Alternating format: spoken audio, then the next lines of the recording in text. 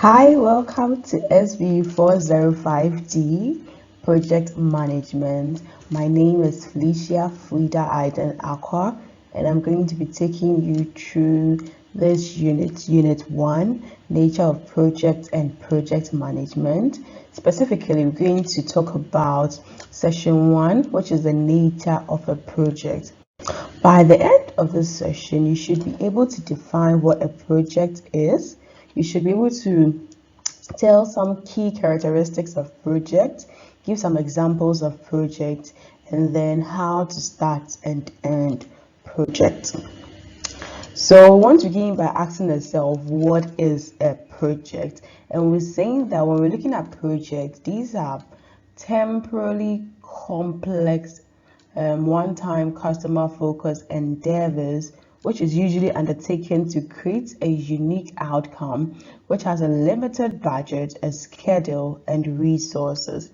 So think of projects not too far from you coming into University of Cape Coast to do your program, or yes, the program of study. That is a project for you.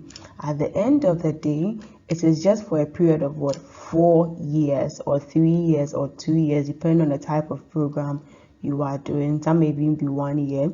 And so you realize that there is a schedule to it.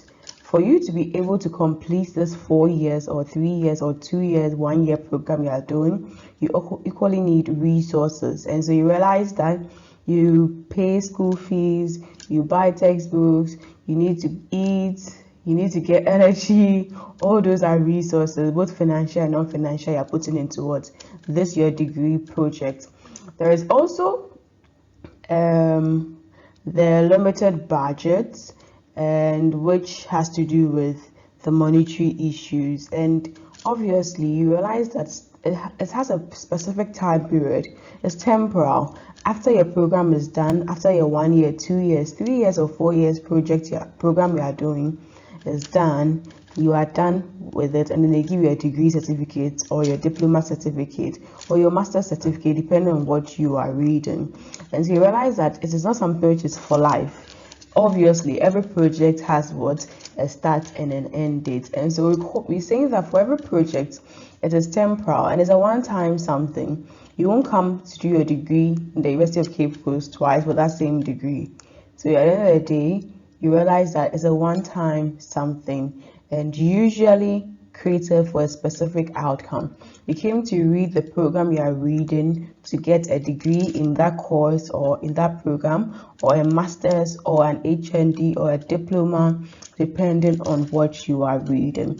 However, the fact that we're saying it's temporal doesn't mean that it is every project is short. Depending on the life cycle of a project and what you're working at, someone's short project could be 1 year, like ours could be like 4 years or 3 years. So even some project can be like 5 years, and that is still short. At the end of the day, they have a time period. So projects are things which are very we do in our everyday lives. Yes, whether it's a big project like school, it's a small project like just even deciding on how do you call it. So what are the characteristics of projects? Every project has an objective, a goal or target they want to be able to achieve.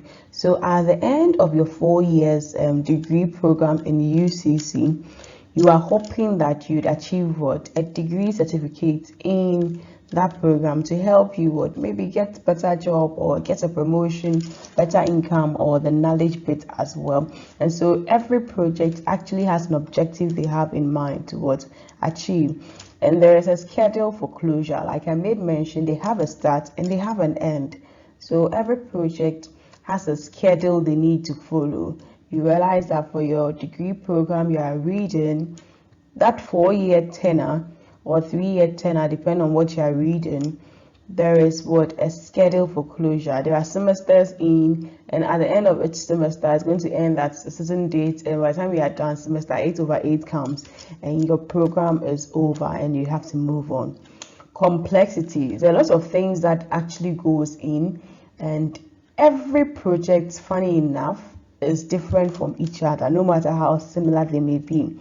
And that brings about a lot of complexities in there. And so the level of complexity needed for even when looking at technologies to help you achieve those objectives and all those ones, they are not as simple as they are.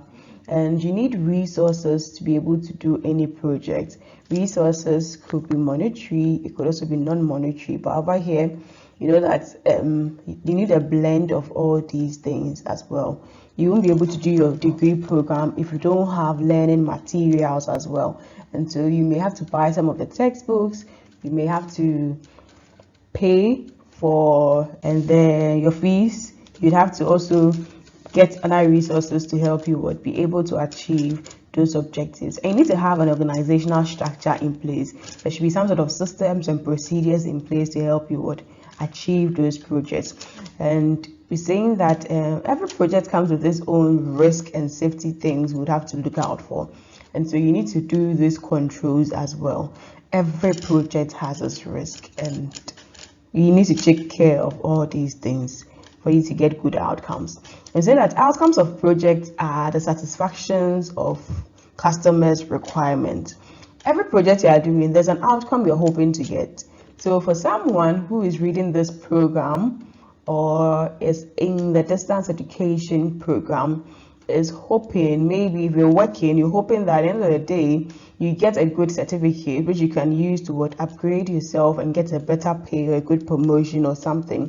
For someone, maybe just knowledge to build up and then maybe do a master's or a PhD in it, and to realize that the outcomes, which is what you want to get at the end of the project, is what is going to give you that satisfaction. If you came for a degree and then you finish the project and you're not able to get a degree, and they tell you that you've been rusticated or something happened and then your degree has been withheld, then you've not achieved the outcome for your coming here.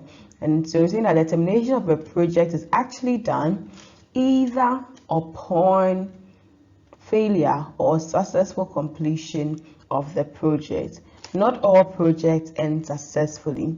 So like I was saying, someone may come to school hoping to do a 4-year program, and before you realize, in the second year or third year, things happen and they may have to stop that project for life, or stop that project or terminate that project. And so that becomes failure. But then if you're able to see it to the end, then it's a successful completion. So now let's look at some examples of projects. We have clear examples like when you want to develop a new product or a service or a result. Obviously, every new product you're introducing into the market is a whole project on its own, because you're going to have its own, you have to look at its own research, its own product life cycle, its own dynamics. And even if it's the same thing you're introducing to a different market, the tactics will be different. So that's part of the complexities in there as well. And then when you're introducing a new product to a new market, obviously, yes, like I made mention, the development is a project, the introduction of it is also a project. And when you want to effect a change in the structure, processes, staffing of the organization, these are also projects. We made mention earlier that the organization is the key characteristics of every project. And so you may have to do some sort of changes to be able to achieve the objectives you have in mind.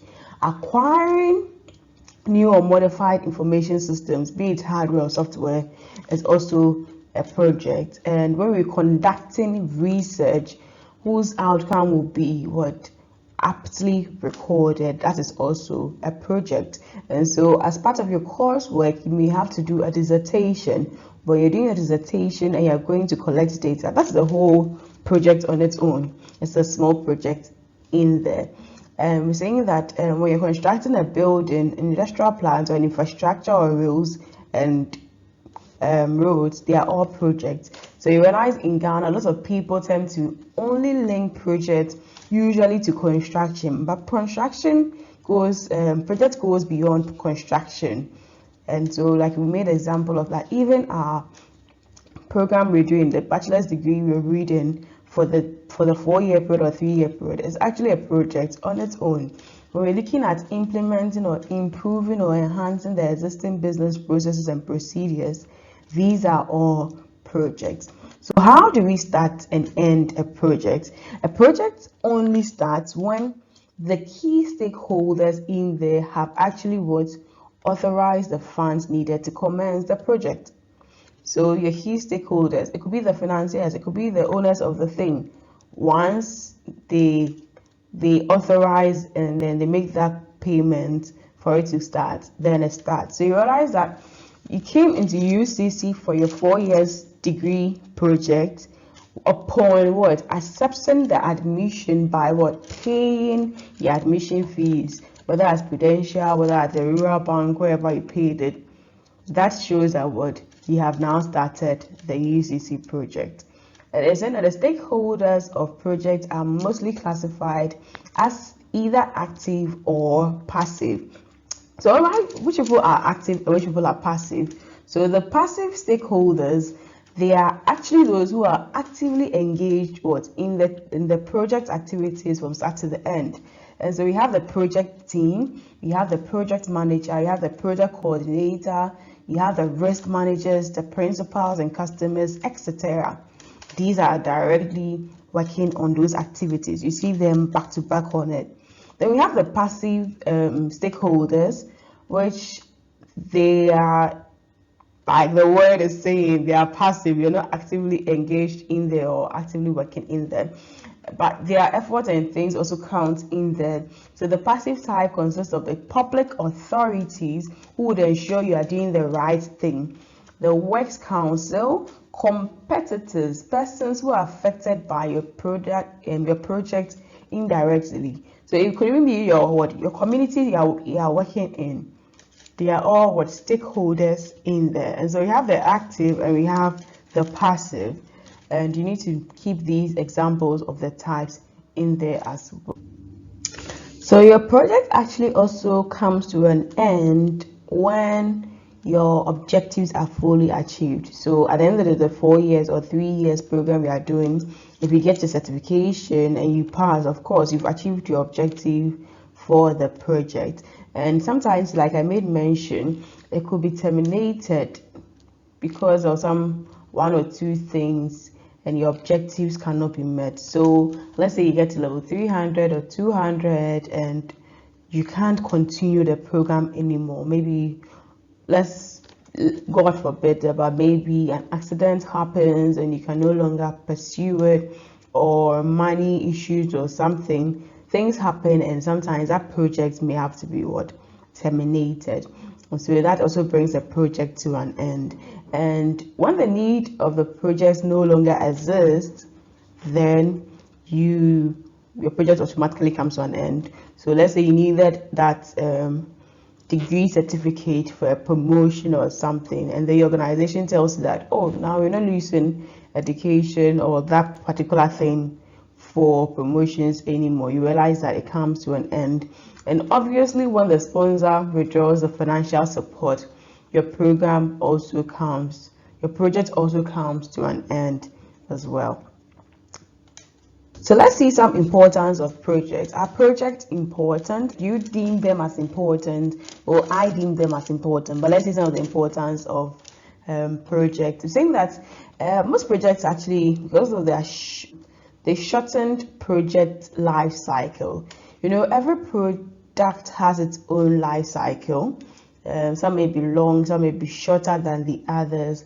And so it's important to work on each of them as a project, because I told you that every project is actually unique in its own way. They need their own, everyone needs its own specific resources, money and time, or the budget lines, the schedule. I was saying that narrow project launch windows. This is very real in the business world or in the world of play. You realize that when you go in there, you realize that the launch period is actually narrow. If you're not very strategic, before you realize, you'd have missed the window of opportunity, that time which you could easily go into the market and make as much profit as possible or be more profitable. Aside, there's a need for you to understand projects and know how to work with what each project which comes your way. And there's increasing complex and technical products which are coming out there, which you'd have to be very careful when you're working on them, especially when it comes to your designing and the management of such projects. And there's a lot of emergence. New things keep coming up in our global markets. Now the world is a global village, and day in, day out, something new is coming up, and you need to be able to work on all these things as well, or your company or your business is just going to be outdated and you'll not really be making much of anything. And you realize that the economic period marked by the low inflation is also bringing a lot of problems in here, which you'd have to be able to manage your project and have some strategies in place for you to take advantage as well. And so in this session, we have learned that project and project management is not only related to construction, like I made mention, and we explored the meaning of what a project is, the characteristics of projects, and some key examples of projects as well. Thank you very much.